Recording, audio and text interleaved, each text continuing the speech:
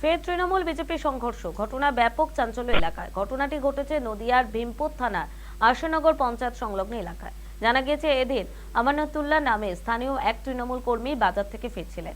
সে সময় রাজেশ মণ্ডল এবং প্রভাত দাস নামে দুই বিজেপি কর্মী তার পথ আটকায়। তার কাছ থেকে মদ খাওয়ার জন্য টাকার দাবি করা হয় বলে অভিযোগ। আর এরপর সেই টাকা দিতে অস্বীকার করে আমানতুল্লাহ। তারপরে তাকে বেধড়ক মারধর করার অভিযোগ ওঠে ওই বিজেপি কর্মীদের বিরুদ্ধে। স্থানীয় মানুষজন ছুটে এসে তাকে উদ্ধার করে আশানগর গ্রামীণ হাসপাতালে নিয়ে যায়। পরবর্তীতে রিপন, পিন্টু ও পার্থ নামের কয়েকজন তৃণমূল কর্মী এই ঘটনার পাল্টা বিজেপি কর্মী রাজেশ মণ্ডলের বাবা গণেশ মণ্ডলকে বেধড়ক মারধর করে বলে অভিযোগ। জানা গিয়েছে, গণেশ মণ্ডলকেও গুরুতর আহত অবস্থায় আশানগর হাসপাতালে পাঠানো হয়। ঘটনায় ব্যাপক উত্তেজনা ছড়িয়েছে এলাকায়। দুপক্ষই একে অপরের বিরুদ্ধে থানায় অভিযোগ দায়ের করেছে। গোটা ঘটনা তদন্ত শুরু করেছে পুলিশ।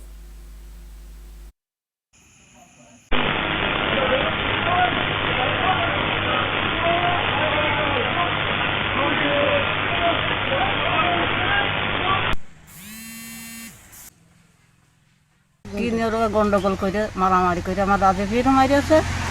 আর রাজীবের খবর শুনে ওর বাবা হয়তো গিয়েছে, যাই ওর বাবা মোটর সাইকেলটা থুইয়ে বলে যে ওই মোটর সাইকেলটা ওদের বাড়ি মেয়ে থুয়ে আসো।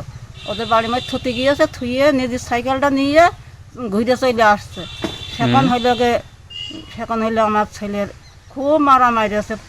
সাইকেলের তো ফেলাই দিয়েছে পাকা রাস্তায়, দিয়ে তো খুব মারিয়েছে। মারিয়ে তারপরে হইলে ওরা আবার কেস করতে গিয়েছে। ওরাই মারিয়েছে, তিলমরাই মারিয়েছে, তিলমরাই আবার কেস করতে গিয়েছে।